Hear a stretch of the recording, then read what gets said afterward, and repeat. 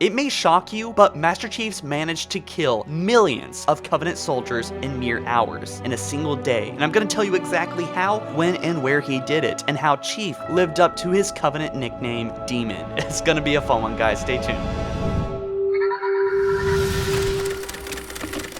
Audible is offering all Halo followers, including you, a free audiobook. There's tons of Halo lore novels to choose from, so just visit the link down in the description and get yourself a free book.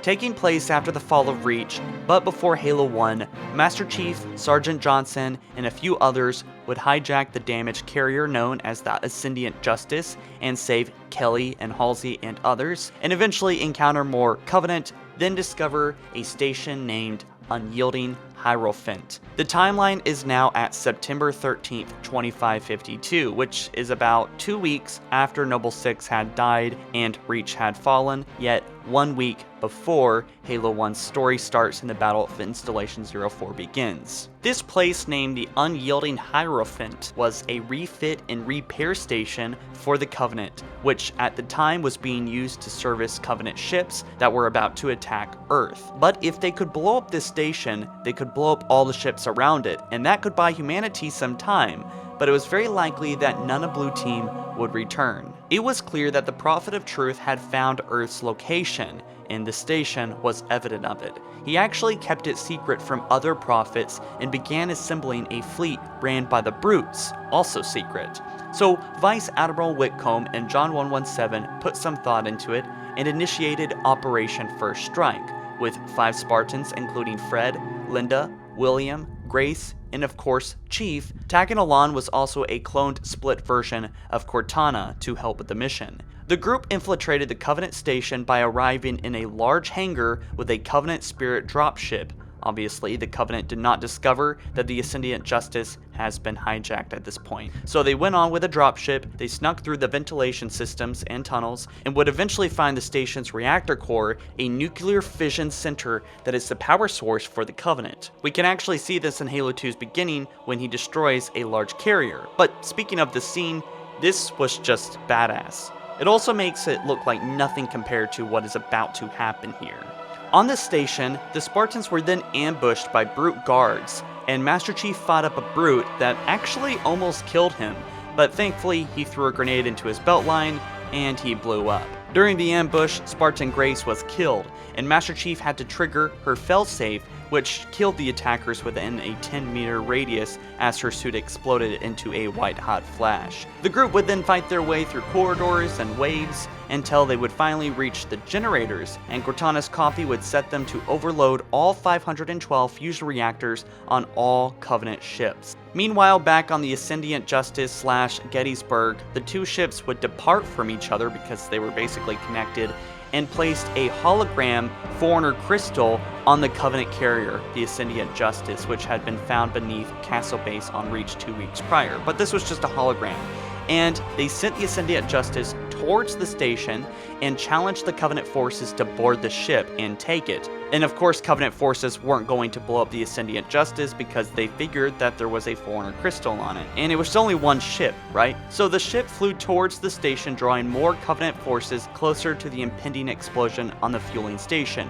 And it worked! So basically, they used this hologram to tease the Covenant forces to come closer to the station. Hundreds of ships came around them, and Vice Admiral Whitcomb and Lieutenant Haverson sacrificed themselves by being on the ship here and teasing the elites that came on board and the ships that had surrounded the Ascendiant Justice, and everything was set to go.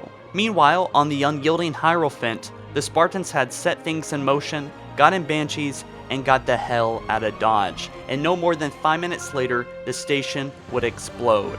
With surrounding forces drawn close to the station by the Ascendiant Justice and the 2 crew members there, Vice Admiral Whitcomb and Lieutenant Haverson, both teasing a fake Foreigner crystal, most of the Covenant Armada was very close by the station or in the station, and the absurdly large explosion instantly destroyed 488 something Covenant ships, potentially millions of soldiers dead in a flash. The Spartans and their Banshees flew away from Gettysburg and would depart to Earth with a modified Ascendiant Justice Slip Space Drive. September 13th, 2552 is when this took place, and Master Chief and the other Spartans had won this day. It was only 2 weeks since Reach had completely fallen and been glassed. It was payback. Not complete payback, and ultimately it would only delay the unstoppable invasion that would happen at the Battle of Earth on October 20th, about 37 days later. Shortly after the destruction of the Armada at the Unyielding Hierophant, Tartarus would report that the humans used Ascendiant Justice to somehow destroy 488 warships. However, the Prophet of Truth who orchestrated the secret attack would refer to this event as only an insignificant setback. Wow, okay. He also ordered that the survivors of the attack to be rewarded and then executed quietly, and then have the one responsible for this happening to be brought to the High Council to basically punish him, that individual being Thelvadam, the Arbiter, since Ascendiant Justice was under his command. So yes, Master Chief managed to put a halt to humanity's downfall at Earth, and gave time for Oni and UNSC forces to gather themselves for the upcoming attack. It only took them 12 hours, Blue Team and these others, from seeing the opportunity of destroying this station and coming up with the plan, and then executing it and killing up to millions of Covenant soldiers. But how many soldiers died exactly? Well, while the death count isn't clarified anywhere that I know of, we do know that there are over 500 ships present, although varying class. Now keep in mind this was also the invasion meant to bring down Earth, which meant that ships were probably not only well equipped, but also very well populated. We're talking about capital ships, assault carriers, super carriers, battle and heavy variations, corvettes, and all kinds of support vessels and ships. Assault carriers can hold up to 40,000 warriors. Battle cruisers can hold up to 8,000. Heavy cruisers up to 15,000 soldiers. Class super carriers probably up to 230,000 warriors, and heavy cruisers up to 2,500. And although super carriers aren't confirmed to carry 200,000 something soldiers, if you go by the width and the size of it, as well as the fact that they're about to invade Earth, it's pretty much safe to say that at a minimum, Blue Team here killed the very minimum of 1.2 million Covenant. If you think I'm overestimating here, I'm actually greatly underestimating. Even if the entire station, the Unyielding Hierophant, was completely empty, which it wasn't, and the Covenant only had smaller battleships present like the heavy cruisers that can carry up to 2,500 soldiers, even though they were about to attack Earth, that would still be at least 1.5 million Covenant that died.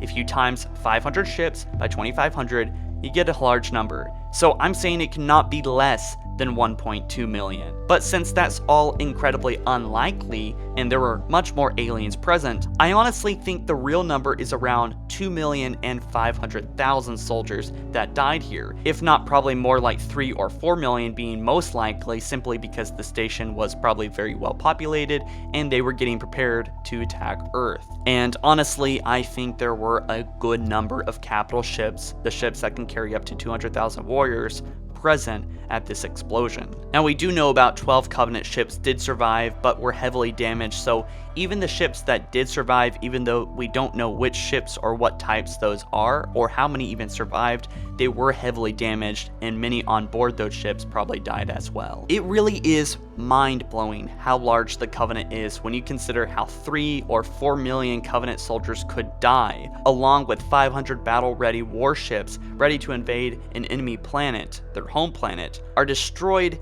in a day, and it only delays the Armada, the Covenant, a single month, despite all those dead still successfully invade and bombard Earth. Halo First Strike also really shows how badass Master Chief is with other Spartans, because they really did save humanity.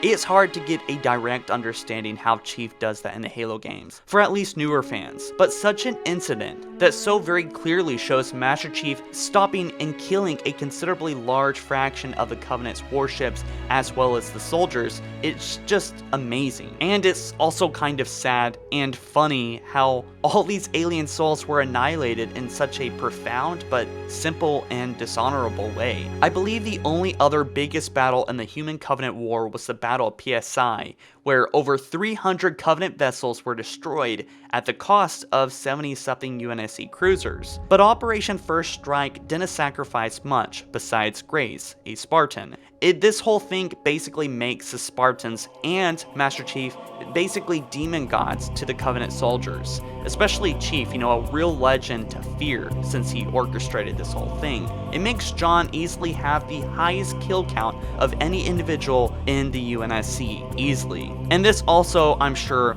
was the worst defeat that the Covenant ever had during the battle. Well, besides High Charity being destroyed. Sign up for Audible's 30-day free trial and get a free book of your choosing. I recommend getting a Halo audiobook, obviously, or really just choose any book you would like to see out of millions. Just click the link down in the description before you head out. If you enjoyed this video, guys, hit that like button and subscribe to stay plugged in with all your Halo news and lore here on HaloFollower. So what do you guys think of this feat? How many do you think Blue Team managed to kill here? 1 million, 2, 3, maybe even 5 million? And what would you call this kill count and multiplayer?